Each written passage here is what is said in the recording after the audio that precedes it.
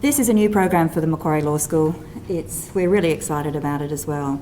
It's our introduction into the postgraduate teaching of law. As you know, and as Shawkat mentioned, we have a long history of teaching law at the undergraduate level. We've been offering an LLB here at Macquarie since 1972. But this is an exciting new venture for us because this is a dedicated postgraduate program. So it's available only for those of you who have a degree in another discipline, who have an undergraduate degree. And what this means is that we can teach it at a truly postgraduate level. Now, there's lots of acronyms that are used in this area. We have accrediting bodies like TEXA and AQF and all of these letters and numbers. But what they do is accredit degrees at various levels of offering. And our postgraduate JD offering comes with descriptors like specialist and advanced and independent and all of these analytical and critical. These are the descriptions that are used to describe a postgraduate offering at the level that we're going to offer the JD. So it is truly postgraduate. You'll get to study at a far deeper level than you would if you were taking the undergraduate LLB. So we're going to offer this, as Shawkat again mentioned, in a variety of delivery models. We're going to offer it as a full-time on-campus offering. So if you'd like to revisit your student days and come back onto campus every week and attend your weekly tutorials or seminars, then that will be one prospect for you. However, because it's a dedicated postgraduate degree, you won't be in with the school leavers, which may be good news or bad news, I'm not sure. You'll be with the dedicated postgraduate JD cohort of students. And this leads not only, we think, to a better student experience, an educational experience, but it may also form the basis of future networking opportunities for you to have a group of like-minded colleagues who go into the workplace together once you've completed the JD. As part of our postgraduate offering, we're going to change our traditional delivery model, how we present our degree. Now, if you came to the law school as an undergraduate student at the moment, you'd probably receive the traditional education where you'd have someone like me or Shawkat or one of our other lecturers stand up in a lecture theatre and talk at you for a couple of hours at a time. And this is still the model that is used by most other universities. It is the traditional lecturing, hectoring, might I say, model. But we're going to do things slightly differently here. What we're going to do is have a substantial online delivery. So instead of throwing information at students or downloading information onto students through the traditional lecture model, what we want to do is to make this a truly collaborative learning experience. So we want to deliver the JD as a flexible, largely online delivery model. So much, at least half of the learning methodology will be delivered through guided learning online. This is I suppose, the replacement for the traditional stand-up lecture format. So you'll be able to do this, undertake this learning anywhere you like. So you can do it at home, you can do it probably through your iPads or iPhones. You'll be able to listen and learn in a variety of places, not just sitting in a lecture theatre with 200 or 300 other students. If you decide to take the on-campus full-time delivery option, then you will be coming to weekly seminars. So what we've done is timetable blocked so that if you took a full-time study load, you would be able to undertake all of your study commitments in one day, all of your seminar commitments in one day a week. So we've blocked out timetable sessions so that you would be able to do that. You don't have to do that, but if you wanted to, you could. We, as far as the content is concerned, what we're doing is, for all law degrees, there's a core of learning that you must undertake. These are the so-called priestly areas of law. So the Legal Profession Admission Board, who accredits law degrees, has a set of rules that tells us that law students must learn this core set of subjects, and they're the ones that'll sound familiar to you. It's contracts and property and equity and company law and all of those sorts of things that and criminal law, of course, all of which you've heard something about. On top of that, as part of the JD, there is the possibility, once you get into the elective component, of specialisations.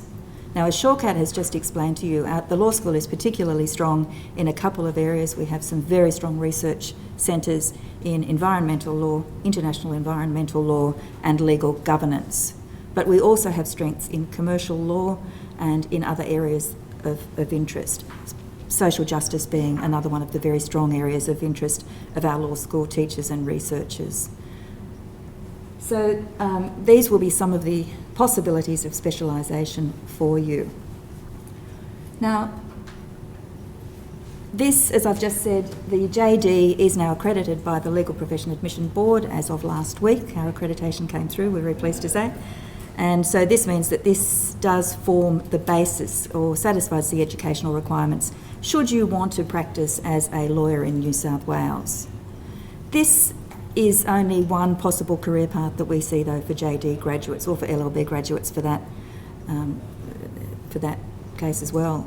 So many of our law students do want to practice as solicitors and barristers, but many don't. Many seek alternative career paths, or in the case of our graduates, and one of our students is a graduate here, well, they're both graduates now of law or other degrees, and they will tell you that they can use their degrees in a variety of other career paths as well. In business, I suppose, is one of the career paths that many people take, into government, into policy making, or as a Member of Parliament. We have some of our graduates who are Members of Parliament. Or if you wanted to take it into some areas of social justice, perhaps you'd want to work for one of the welfare organisations, the NGO, DFAT, or one of these other government organisations. There's lots and lots of possibilities for graduates of law and graduates of the JD. In order to complete your admission requirements, though, for the JD, you do also have to take some practical legal training, and that is something that is workplace and through training colleges such as the College of Law. All right, why would you come to Macquarie? Why would you come here? Why would you choose to come to Macquarie over the other law schools? Well, we see ourselves as different. We see ourselves as different not only in what we teach, but how we teach as well. And we see ourselves as a truly interdisciplinary law school. Now, it's a big word, can't always say it straight, but what it means is that we don't just look at the law from inside the law itself. We're not interested in you learning 45 sections of every possible act that we can find. I mean, what's the point in that? There's no point whatsoever. There's very little point in learning what the law is today, believe it or not. Might sound a bit strange coming from a law teacher, but the problem with learning what the law is today is that tomorrow it will change. And we need to be involved in that change process. We don't want to have the law dictated to us according to some particular political agenda. We all need to be involved in the law-making process and in directing the law and in choosing where the law should go and what the law should say. And that's what we like to do at Macquarie. We look at the law from many, many different aspects. We look at it from a historical aspect. We see where it's come from, and that might help us to decide where it goes. We look at it from a philosophical aspect in seeing what the law should achieve, from a sociological aspect, because law is all about the ordering of society. Not all about, but largely about the ordering of society and how we live together as citizens. So these are all the different aspects of law. We look at it also from a social justice point of view to see what the law should achieve. Does the law just achieve the best result for those of us who are better off, for those members of society who are better off? Is it only available or accessible to those who can afford it? These are issues of social justice, and we look at the law from that point of view as well. We have at Macquarie particular expertise in teaching law by distance education. We've been doing this for a long time as well.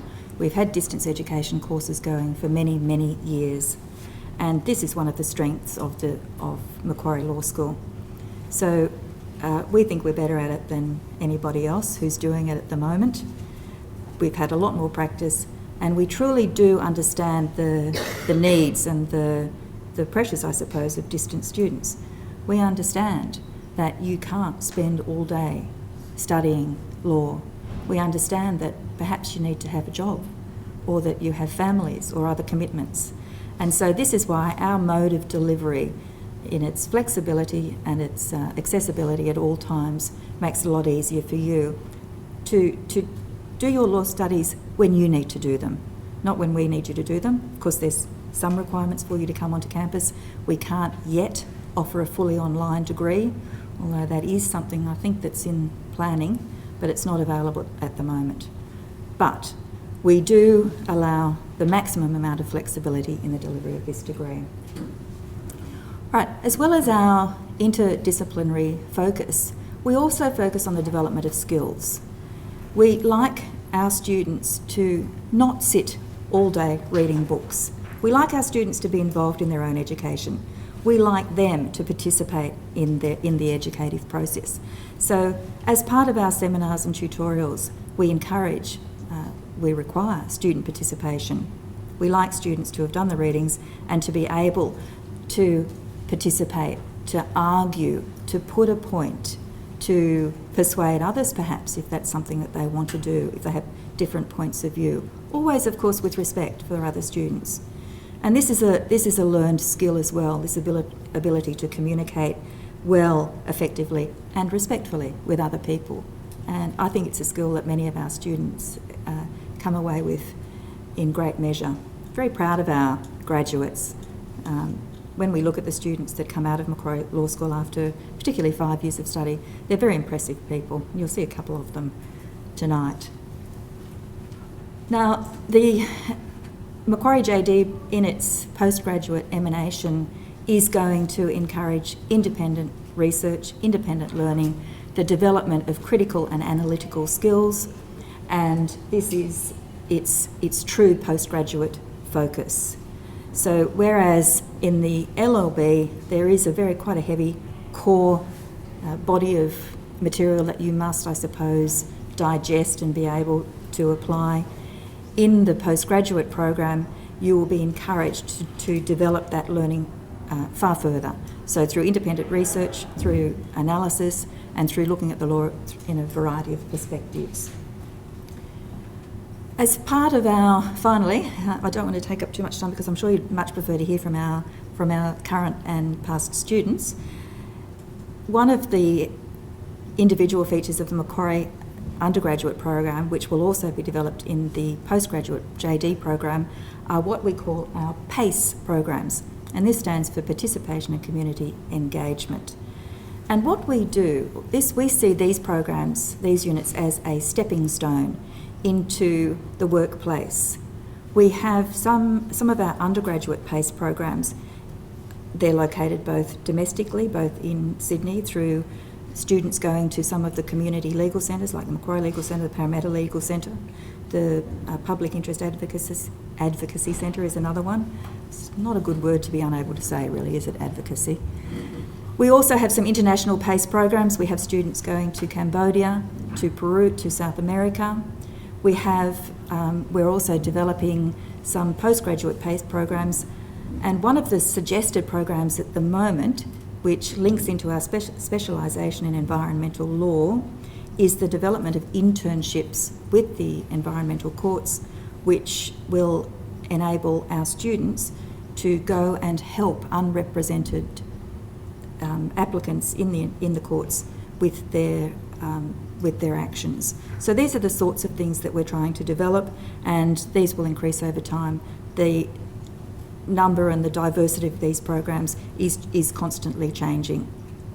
So I won't call for questions now, but this is the nuts and bolts of the degree.